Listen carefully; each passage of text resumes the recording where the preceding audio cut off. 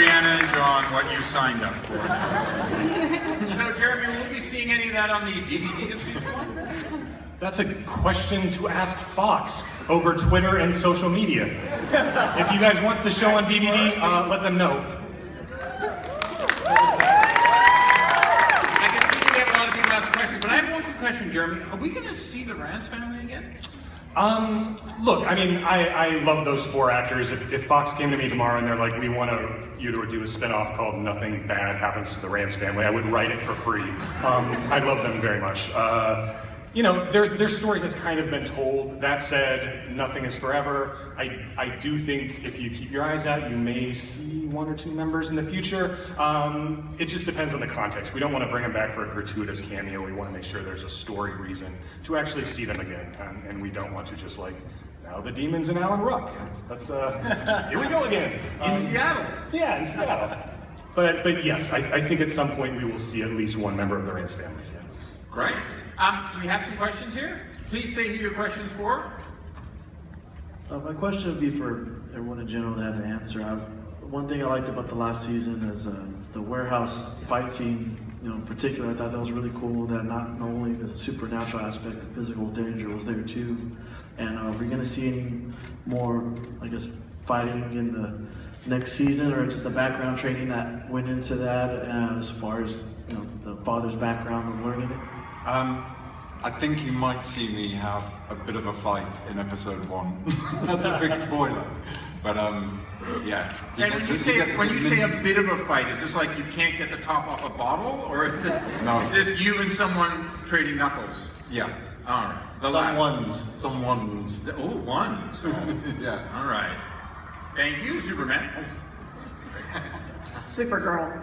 Excellent. All the better. Question for Jeremy and Ben. Really so pleased that you're getting a 2nd season. I've very much enjoyed the show. I am not Catholic, but I have been an ordained pastor in the Presbyterian Church for over 20 years. And I think you really need to be on the DVD of season 1. I should. If you need a consultant, I'll gladly help you. But one of the things that surprised me, having read the book and having some thoughts about where the series might go, was how much you brought out not just the evil, but also the love and the grace of God. And I felt at times like with Mother Bernadette and the nuns, I thought it was really intriguing, the sense of the power of love and grace and what it can do for the world and for people. And so wondered whether you drew from any of the work of the mystics, or kind of where some of that came from. I know I particularly felt it from Father Marcus and the warehouse scene and his deep love for God. Where were you drawing from? I think God is the only person that Marcus has ever had in his life who's been a constant. And I wanted that relationship, and Jeremy wrote it so amazingly, to be sort of very present and very real, and not just about love, that he could get completely pissed off with God, or ignore God, or just hear a voice and just respond to it in an unusual way. And I wanted it to feel like God is a person in his life. So I never felt that it was something kind of fake and phony that I was playing. I wanted it to be true and genuine, always, at all times. Well, that's good. And like Jeremy, I was sort of very keen for it to not for the Catholic Church to be looked down on in any way. I just wanted to play this man for who he was and his love for his God. Your performance as a clergy person was remarkable. I mean, that was really good. Brilliant. Thank you. Yeah, I think when we started planning out the show, I told everyone, look, you're never going to see angels in this show. It's never going to turn into kind of supernatural. As much as I like that show, we're kind of a very different beast. But that doesn't mean God isn't a character in the show, because ultimately, as Marcus says in the first season, the Exorcists are vessels for that power. They can't defeat the demons themselves. And so God's presence, but also his absence in the show, kind of provides a lot of the character drive. And so it was important to kind of treat that with respect, but also acknowledge how important it is to the characters themselves. It's something Tomas is struggling with, and it's something that I think Marcus has had a sort of love-hate relationship with God his entire life to some extent. So Jeremy, I wanted to get a sense from you, because we talked about the backstory of Tomas, and we talked about the backstory, and Ben so eloquently talked about the backstory for Marcus. What about for Father Ben, for Kurt's character? A bit of a sense, I mean, this seems almost the equivalent of a career politician, in a sense, in a very political atmosphere of the Vatican. Are we going to learn more about his backstory, and how are we going to see that play out in season 2? Yeah, definitely. I think part of the idea for Bennett in the first season was introduce this guy as Marcus's polar opposite, introduce this guy as a bureaucrat, put him in a situation where he is now face to face with the demon, and you say, oh, this guy's going to die. And then Bennett turns out to be a surprising badass because he does have a very varied and traumatic backstory, and he has probably been trained by the Swiss Guard and knows 20 different languages and 30 different ways to kill you. And so the idea of taking this character who seems innocuous in the beginning and then revealing hidden depths was always something we were really excited about, and it's something Kurt has really, he's brought a lot to the table in terms of building that character and helping us build the backstory. So I don't know. You want to talk? Yes. Yeah, for sure. It's just a fun character to play. Yeah, I like the kind of mystery to him because he works for an organization that pretty much is very mysterious, and yeah, it's useful. You know, he uses it as a tool to kind of decipher information, to learn things, to be in the shadows, and that kind of thing. Yeah. The first scene of his story, mirroring sort of the Marcus and Tomas, you're going to meet his mentor with Father Bennett in the first, in the second episode. And Kurt will kick some ass this year. Yeah! Speaking of people who are more than capable of kicking ass, Brianna, you showed us so much in Deadpool what you could do. In Exorcist, do you have a sense, I don't know how Jeremy and Sean, how close to home they keep it, but do you have a sense where things are going with your character? I think I have a bit of a sense. I know she does probably have a bit of attitude. And I don't know, honestly, I have no idea what I can and cannot say about this right now. And also, I don't even know how much I do know. Does that make sense? Brianna will also be kicking ass. We're just not going to say whose ass. Yeah, we can't. We've actually kept our spoilers under and away from her because she's one of our 5 children. Oh, right. Okay. Is John going to be kicking ass? Just because everyone's going to kick ass. All right. So everyone on stage is going to kick ass in season 2, except for us. Except for the 2 of us. Yes. You're on the other side of the camera. What you guys do, we don't see. Next question. Hi, big fan. The original Exorcist movies were such a pivotal moment in my life, in my love for horror, and you guys did a great job, but I would like to know personally from the actresses and the actors, how did you personally feel about making a sequel to such a classic movie? Well, we talked about that a little bit earlier, but I think, Kurt, for you, we didn't really chat with you about it. Did you feel there was a great weight and responsibility picking up on The Exorcist? Yeah, for sure. Because it's such a, both the book and and the movie, it's such a loved piece of work, and it's so precious to a lot of people. You don't want to not do it justice, and you don't want to kind of let them down. So yeah, there's a lot of pressure when you're dealing with it. But I feel like what we hopefully achieved was not a redo or anything, but kind of just an extension. It's like adding an extension to the house, that they built already.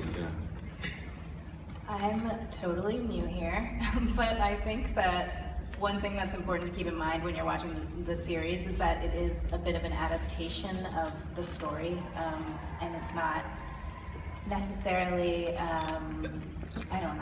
it's not necessarily mirroring what you've seen before to a T. And that's important to keep in mind, and I think they did a great job with that.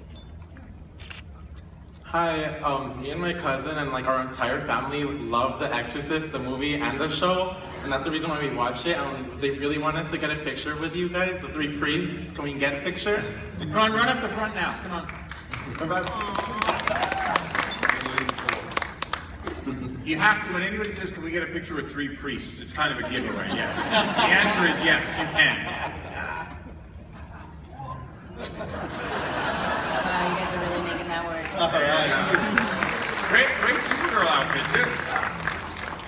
Technically, that wasn't a question. You can. I guess it was. Can I have a picture with 3 priests? Yes, you can. Yes. My question's for Jeremy. Yeah. Before the first season, Bill Friedkin spoke out quite vociferously about the show. Have you heard from him since the show aired? No, because I can't even say that. What can I say? I love Bill Friedkin's work. I hope he likes ours. If he doesn't, so be it. He's a great artist. He's made some great movies. We're really not trying to step on his baby. You know, I think anyone who watches the show can see, hopefully can see how much passion and love there is for the material, how this isn't a cash grab. This isn't a chance to just grab an IP and graft it onto something cynical. Everyone here sitting at the table is here because of how much we love the work that Friedkin did. William Blatty was very happy with the show. I know that before he unfortunately passed away. Now, Jeremy, that's true. You had a chance to correspond with him a little bit, didn't you? A little bit.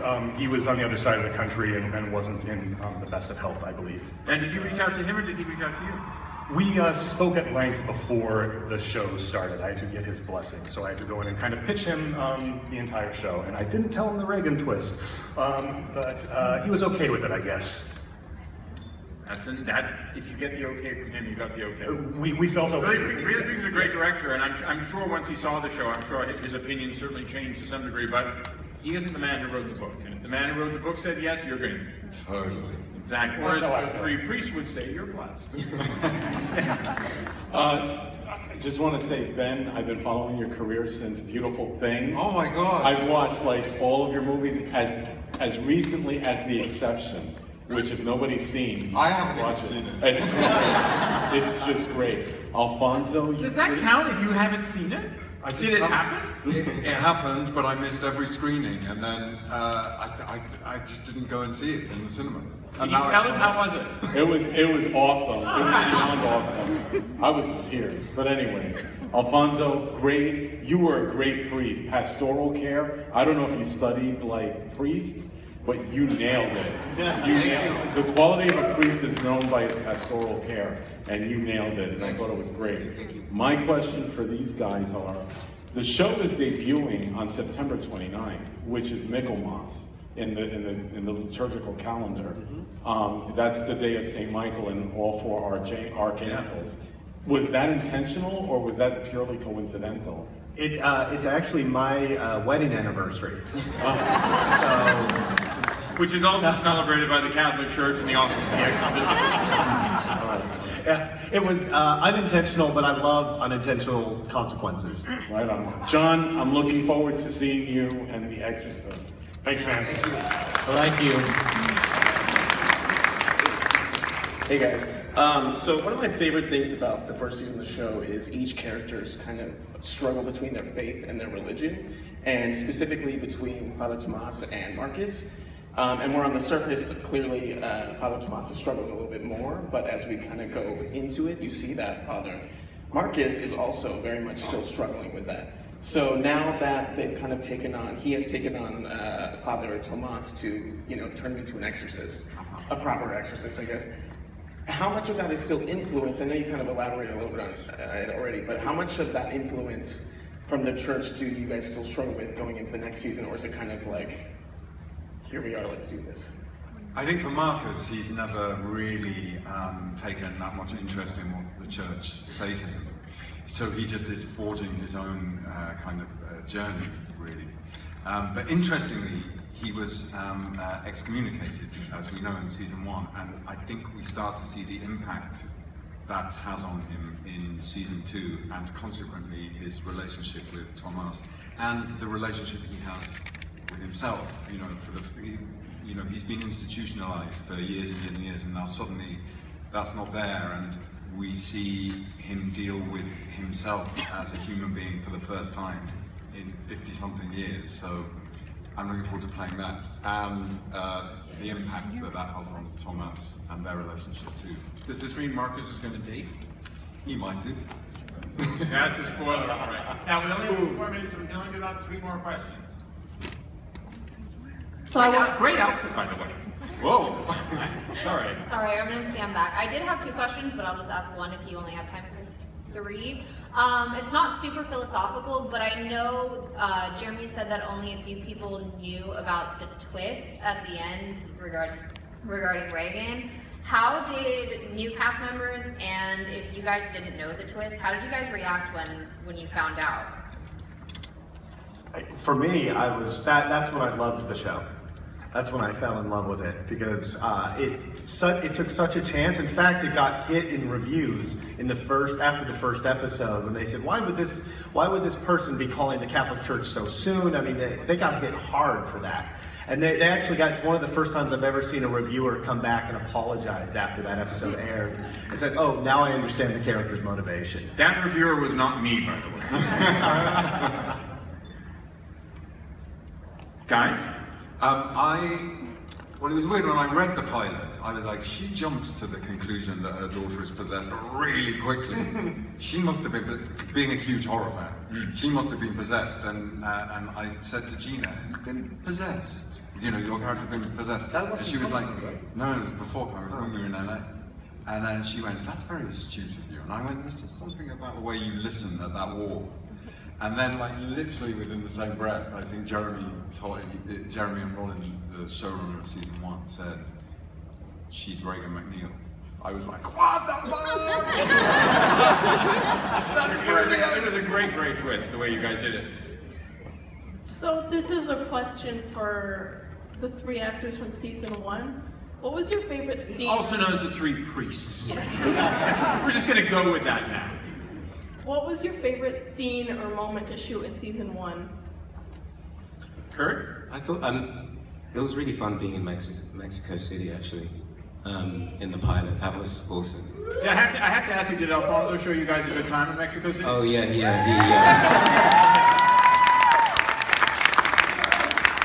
Oh yeah, I took them to the Lucha Libre. We ate Amsegs. Yeah. Amseg pizza. Yes, and also escamoles, and how do you say, crickets. Yes. And they liked it. So, John, are you going to take John and Brianna out for the same? If we go to Mexico, of course. I love specifically, crickets. You love crickets. Yeah. All right, there you go. I see episode 7. There's a trip to Mexico. Very quick, you know. Yeah, it's an entire cricket-eating episode. Exactly. We have one more question, then we have to go, guys. I'm really sorry. I know. You can hate me. Don't hate them. Okay, this is a kind of a weird timing question. No question at this point is weird, my friend. Trust me. I'm from Vancouver, Canada, and I was wondering why. Hey, that's the home of The Exorcist. You can applaud for Vancouver, Canada. All right. It's a great city, by the way. Great city. Oh, I was wondering what made you guys switch to shoot season 2 in Vancouver.